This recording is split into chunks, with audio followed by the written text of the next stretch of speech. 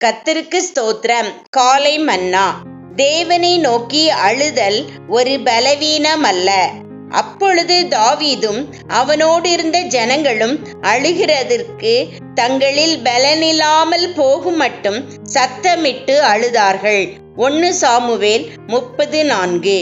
தாவீதும் அவனுடைய மனுஷரும் சிக்லாகிற்கு திரும்பி வந்தபோது அமலேக்கியர் அதை கைப்பற்றி அவர்களுடைய ஸ்திரீகளையும் பிள்ளைகளையும் மிருக ஜீவன்களையும் சிறைப்பிடித்து எடுத்து செல்லக்கூடிய சிறந்த பொருட்கள் அனைத்தையும் கொண்டு போய் அந்த பட்டணத்தை அக்கினியினால் சுட்டெரித்திருப்பதை கண்டார்கள். 1 சாமுவேல் 30:3. இந்த பூமியில் அவர்கள் தங்களுக்கு உண்டாயிருந்த சகலத்தையும் இழந்து விட்டார்கள்.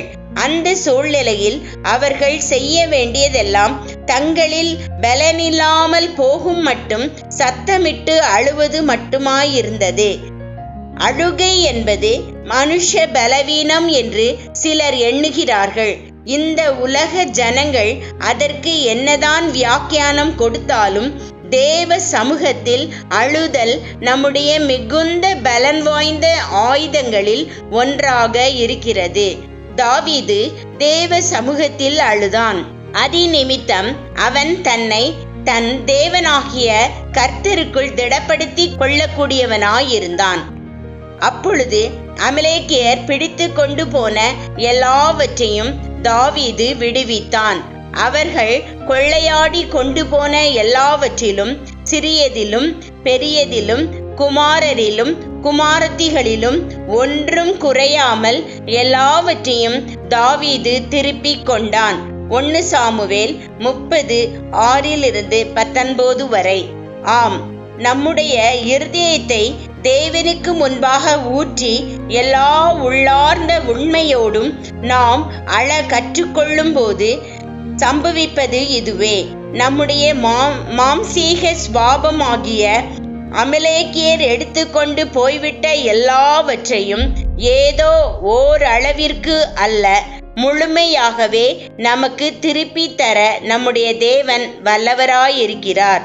தாவீது தான் இழந்து போன எல்லாவற்றையும் திரும்ப பெற்று கொண்டதுடன் கர்த்தருடைய சத்துருக்களின் கொள்ளையையும் கூட பெற்று அவைகளில் தன் சிநேகிதருக்கு வெகுமதிகளையும் அனுப்பக்கூடியவனாயிருந்தது ஆச்சரியமாயிருக்கிறது. 1 சாமுவேல் 26:31. அருமையான தேவ பிள்ளையே, ஒரு சிக்லாக் அனுபவத்தினூடாக நீ இப்பொழுது கடந்து போய் கொண்டிருக்கிறாயா? உன்னுடைய ஜெப ஜீவியம், உன்னுடைய பரிசுத்தம், தேவனோடு நெருங்கி சஞ்சரித்து கொண்டிருந்த அனுபவம், உன்னுடைய ஆதி அன்பு, தேவனோடு உனக்கு இருந்த சமாதானம், தேவனுக்காக உனக்கு இருந்த ஆதி வைராக்கியம் போன்றவற்றை நீ இழந்திருப்பதாக உணர்கிறாயா?